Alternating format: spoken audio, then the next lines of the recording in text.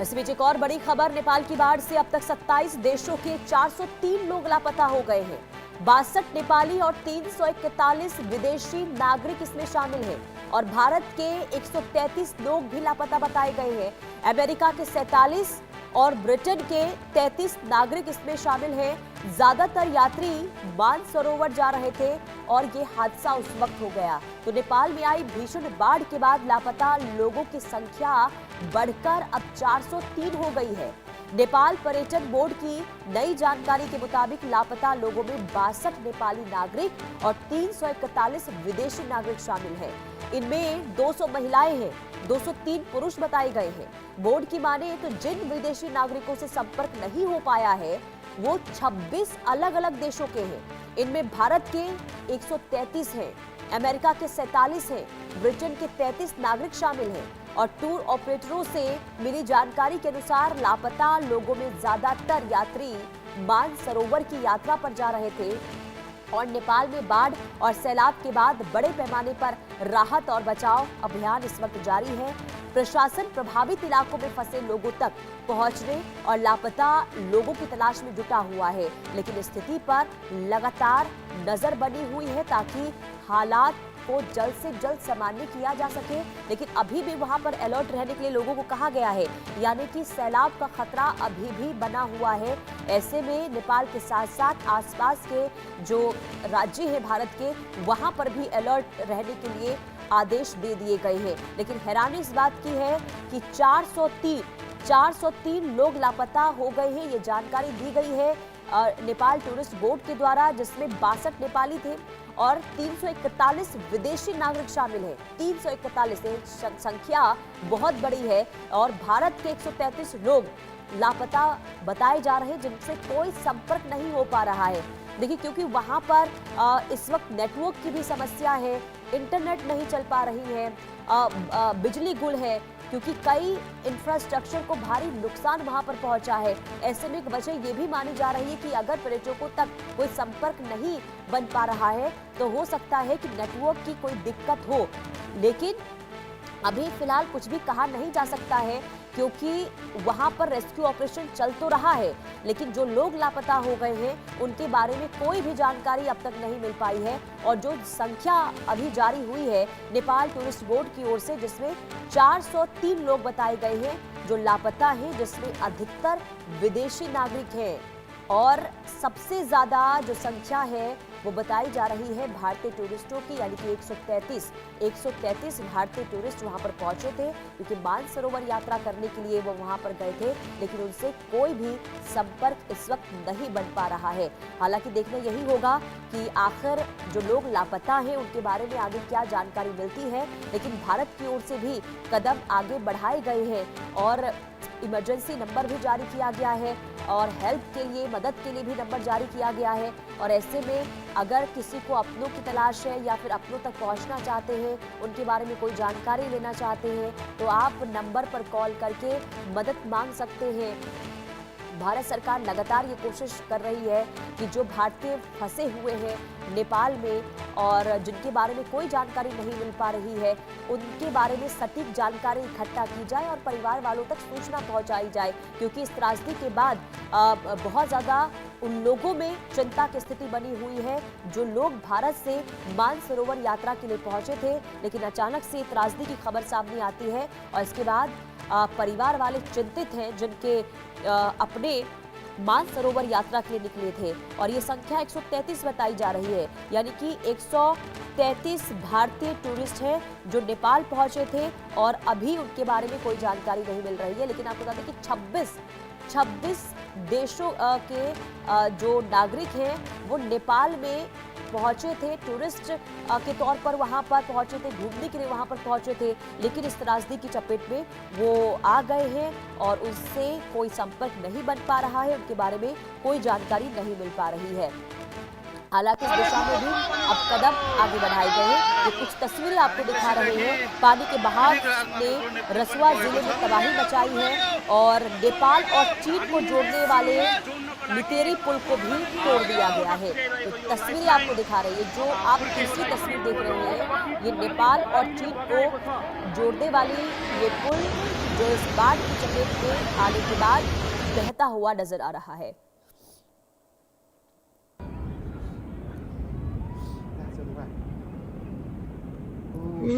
गाड़ी में Oh shit man. Betazu. Weh, फेरंगला माझं भास दिंगे यार. ऐसे गाड़ी में उल्टो कैसे भास में यार. Betazu जो. आशा बता. तो लोग इस तस्वीरों को इन तस्वीरों को देखकर काफी यहाँ पर चिंतित नजर आए। जो आप इन तस्वीरों की आवाज को सुनकर आप समझ रहे होंगे कि जब ये सैलाब आता है, ये प्रलय आता है, तो लोगों के अंदर वहां पर क्या स्थिति देखने को मिलती है।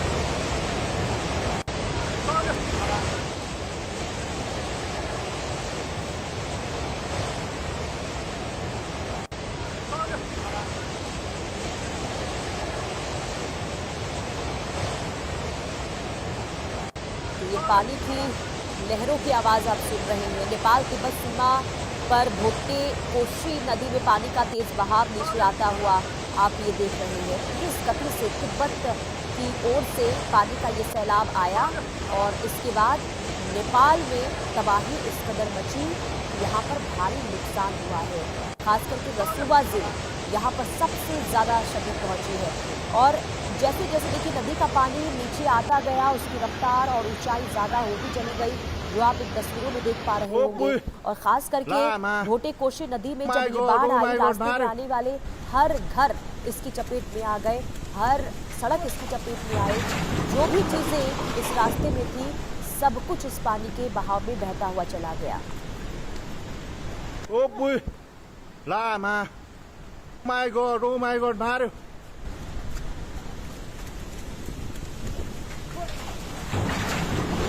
लोग यहाँ पर कुछ भी समझ पाते, लोग यहाँ पर देखिए कैसे भागते हुए दौड़ते हुए नजर आ रहे हैं, अपनी जान को बचाते हुए दिखाई दे रहे हैं, क्योंकि अचानक से ये सैलाब आया है। वहाँ पर खुद को संभालने का वक्त तक नहीं मिला, कुछ सेकंड में सब कुछ वहाँ पर बहता हुआ नजर आया।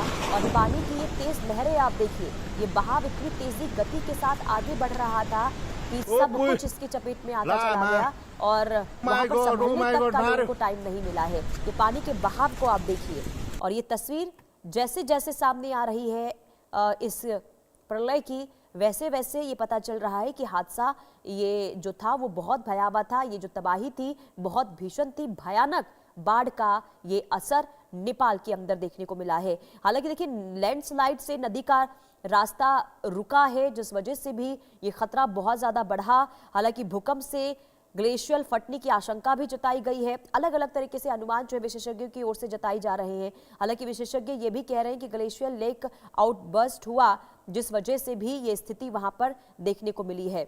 लेकिन ग्लेशियर टूटने की वजह से भी माना यह जा रहा है कि अचानक से तिब्बत की ओर से पानी का ये तेज बहाव बहता हुआ चला जाता है, नेपाल तक ये पहुंचता है। और नेपाल में जो रसुवा जिला है वहां पर ये मंजर हम आपको दिखा रहे हैं, वहां का ये मंजर है, वहां की ये तस्वीर है जहां पर सबसे ज्यादा असर देखने को मिला है। हालांकि नेपाल के अलग अलग इलाकों में अभी भी अलर्ट जारी किया गया है, सतर्क रहने की चेतावनी दी गई है, क्योंकि अभी भी फ्लैश फ्लड का खतरा बना हुआ है। और इसलिए लोगों से अपील की गई है कि अगर आप नदी नालों के आसपास रहते हैं तो आप उस जगह को खाली कर दें, क्योंकि कभी भी कुछ भी त्रासदी की तस्वीर जो है नेपाल के जो संवेदनशील इलाके हैं वहां से सामने आ सकती है। सिर्फ नेपाल ही नहीं बल्कि बिहार के लिए भी और उत्तर प्रदेश के लिए भी काफी खतरा बना हुआ है। और यही वजह है कि उत्तर प्रदेश के मुख्यमंत्री के द्वारा जो नेपाल से सटते उत्तर प्रदेश के जिले हैं वहां पर प्रशासन को अलर्ट रहने के लिए सख्त चेतावनी दी गई है, अलर्ट रहने के आदेश दिए गए हैं।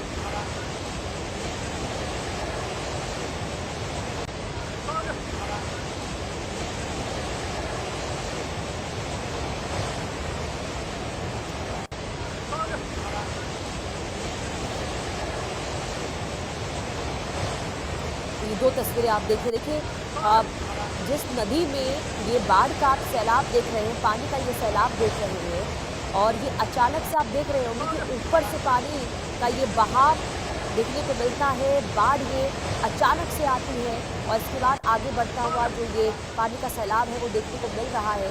और भोटेकेशी कोशी नदी में पिछले साल भी बाढ़ की स्थिति वहां पर देखने को मिली थी और 11 लोगों की मौत 2025 में भी बाढ़ की वजह से हुई थी।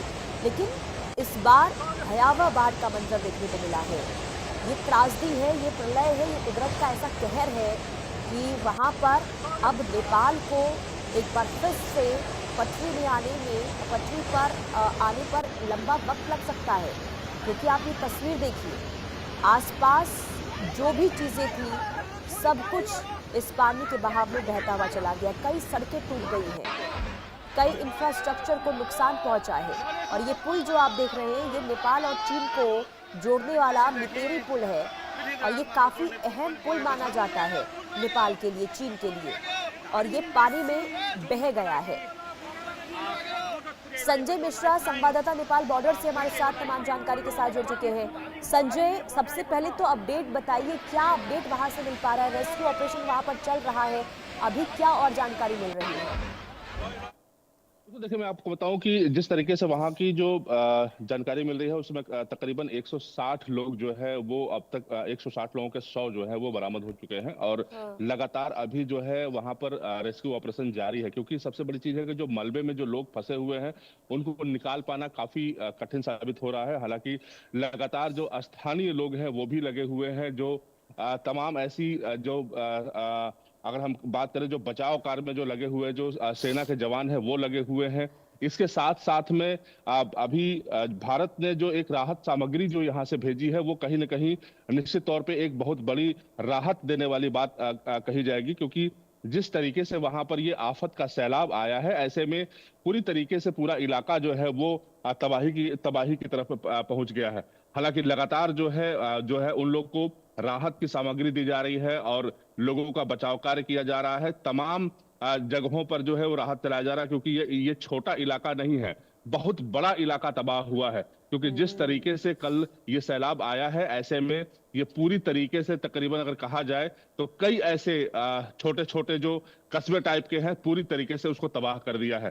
फिलहाल राहत कार्य जारी है, लगातार लोग लगे हुए हैं, बचाव कार्य कर रहे हैं। हालांकि फ्लड अभी भी कम नहीं हो रहा है, लगातार उसका जो है स्तर निचले स्तर पर काफी बढ़ रहा है। जो नारायणी नदी, जिसको गंडक नदी कहा जाता है, उसमें पहुंच रहा है। तो लगातार बचाव कार्य जारी है, देखना यह होगा कि कब तक ये बचाव कार्य चलता है। हालांकि जहां पर ये ग्लेशियर फटा है उसके बाद से टिमोरी जिले के आसपास के कई ऐसे जो छोटे छोटे कस्बे हैं उनको निश्चित तौर पर कहा जा सकता है कि उन्हें एक बार दोबारा स्थापित होने में कई महीने और वर्षों लग सकते हैं। जी बिल्कुल, बहुत बहुत बड़ी त्रासदी ये है। लेकिन जरा ये बताइए, क्योंकि रेस्क्यू टीम के सामने भी कई चुनौतियां इस वक्त होंगी और लोग जो लापता हैं उनके बारे में कुछ जानकारी नहीं मिल पा रही है, अभी उन तक पहुंचने को लेकर रेस्क्यू ऑपरेशन किस तरीके से आगे बढ़ाया जा रहा है? देखिए, अगर हम बात करें रेस्क्यू की तो रेस्क्यू सबसे बड़ी बात यह है कि चूंकि चारों तरफ पहाड़ी इलाका है, वहां पर रेस्क्यू कर पाना सबसे बड़ा मुश्किल साबित इसलिए हो रहा है कि केवल आप जो है वहां पर हेलीकॉप्टर से ही बेहतर रेस्क्यू कर सकते हैं। क्योंकि कई ऐसे जगह हैं जहां पर लोगों का पहुंच पाना बहुत मुश्किल है। कई ऐसे कंदरा टाइप के हैं, खोह टाइप के हैं, जहां पर लाशें फंसी हुई हैं, वहां पर लोग पहुंच नहीं पा रहे हैं। कई लाशें तो इस तरीके से निकाली गई हैं कि उनका धड़ अलग है, सर अलग है और उनके हाथ पैर अलग है। इस तरीके से बहाव में पूरी तरीके से जो शव है वो कट चुके हैं। यानी जो स्थिति है वो इतनी विभत्स है कि आप देख करके खुद डर जाएंगे। जिस तरीके का वहां का जो हालिया इस समय जो पूरा जो माहौल है वो कहीं न कहीं बिल्कुल डरावना है। क्योंकि जगह जगह मलबे जो है इतने अधिक वहां पर इकट्ठे हैं और जिस तरीके से लगातार चाहे वो सड़कें हों, चाहे वो छोटे छोटे पुल हों, पूरी तरीके से ध्वस्त हो चुके हैं। वो कब तक अब दोबारा जो है वो अस्तित्व में आएंगे ये तो कह पाना बहुत मुश्किल है। लेकिन फिलहाल इस समय नेपाल पूरी तरीके से एक त्रासदी की तरफ जो है पूरी तरीके से समझिए त्रासदी से जूझ रहा है। पूरी तरीके से हम लोगों को की जो संवेदनाएं हैं, जो लोगों की संवेदनाएं हैं वो नेपाल को बचाने के लिए है। क्योंकि आज की डेट में जिस तरीके से नेपाल में ये भीषण आपदा, ये ऐसी आपदा है जो शायद पूरी तरीके से कई जनपद है जिनको पूरी तरीके से आगोश में लिए हुए हैं और उस जनपद के जो लोग हैं पूरी तरीके से तबाह है। लगातार उनको बचाव के लिए जो नेपाली सेना है, जो नेपाली एपीएफ जिसको बोलते हैं, वो पूरी तरीके से लगी हुई है। यानी नेपाली पुलिस, नेपाली सेना सभी के सभी लगातार जुटे हुए हैं और कई ऐसे जो एनजीओ जो संगठन हैं वो भी वहां पहुंच करके और लगातार बचाव कार्य में जुटे हुए हैं। और किसी तरीके से ये प्रयास किया जा रहा है कि जो लोग भी, अगर एक भी व्यक्ति अगर जिंदा उस मलबे में दिखाई पड़ता है तो किसी तरीके से उसको निकाला जाए, उसको बचाया जाए और उनको जो है सुरक्षित ठिकाने पर पहुंचाया जाए, ताकि कम से कम वो अगर बच सके तो शायद वो अपने परिवार का तलाश कर सके। कई ऐसे घर हैं जो पूरी तरीके से तबाह हो गए हैं। तमाम ऐसे लोग हैं जो अपनों को तलाश रहे हैं कि हमारे परिवार के लोग कहां चले गए हैं, उनको पता नहीं है। ऐसे में लगातार जो है इस सैलाब ने इतने लोगों के आशियानों को बहा दिया है, इतने लोगों के सपनों को उजाड़ दिया है, जिसको शायद कह पाना काफी मुश्किल होगा। जी बिल्कुल, देखिए बहुत ज्यादा चिंताजनक स्थिति है और कुदरत के सामने आखिर किसका चल पाता है, ये हालात हम देख पा रहे हैं इस वक्त नेपाल में देखने को मिल रहा है। बहुत शुक्रिया तमाम